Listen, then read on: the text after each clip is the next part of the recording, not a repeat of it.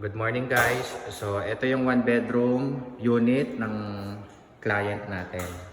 So from USA yung client natin. So ito ganito siya kalaki. Approximately nasa 38 square meters yata ito ma'am no?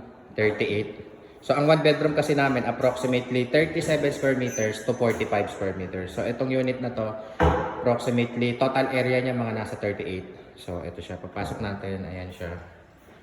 So ito yung living room mo. Tapos ito yung bedroom. Ito na yung finish niya, yung turnover na mismo. So naka tiles na siya. Tapos naka white paint. So tapos ito yung bedroom, papasok sa bedroom. Naka wood laminate na yung floor natin. Sa living room naka tiles na tayo, ceramic tiles. So tapos ito naka white paint, may mga switch. Maganda dito, meron na tayong modular cabinet. So, pwede na kayo maglagay ng mga damit nyo dyan or anything.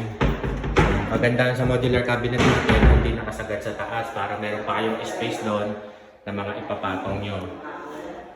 So, ayan. Tapos, two door kasi siya papunta sa balcony. Ganito kalaki yung balcony niya. So, ayan yung balcony niya, guys. Yung iba, malapad yung balcony. Extended hanggang mga dito. Medyo malapad siya. Lalo, especially sa mga two bedroom. So, ayan siya. Tapos, ito na yung ano natin, guys. Ito yung other towers natin or other buildings. So, ayun. Low rise. So, ito mid-rise. So, ito mid-rise ulit. Tapos, low rise yun. Ito, medyo upper low rise yun ng konti. Tapos, ito mid-rise. Nasa mid-rise kasi tayo. So, total area na ito is 4.4 hectares. Total towers, 8 towers.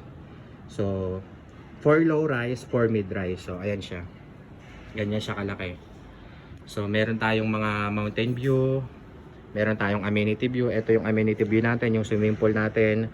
Walang tubig, inaayos pa kasi siya. So, nililinis. Pero before, nitong previous month, meron siyang water. Nagagamit na yun ng mga clients. So, ayan, may playground. Ayun pa yung clubhouse. So, ayan, malawak yung lawn area natin. So, ayan, ganun siya kaganda. Yun na lang ang tinatapos. Ito na yung last tower. Yan na yung last tower na tinatapos. Last construction na yan. So, after nito, wala nang construction. Fully ano na siya. 100% completion. Construction. Pero dito, may mga unit owners na nakatira. 7 towers na yung turnover dito eh. Tapos may mga roof deck lahat yan. Lahat ng tower may roof deck. So, ganun siya. Ayan. Pag nasa roof deck ka, 360 degree view. So, ayun siya guys.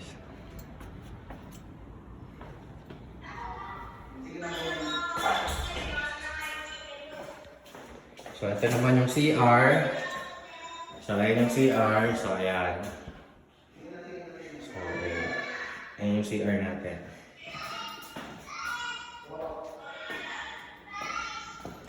And then, ito yung ating kitchen. So, ayan yung kitchen countertop natin. Meron ng range hood, meron ng cooktop. May mga modular cabinet na rin. So, meron na tayong partition dito ng washing machine. Ma'am, dito yung ano niya eh. Para sa washing machine dito. Washer dryer niya. So, ayan na siya. May nakaabang na siya dyan. So, yun lang guys. So, ayan yung aircon dito. So, ito yung isang door papunta sa balcony. So, yun lang po guys.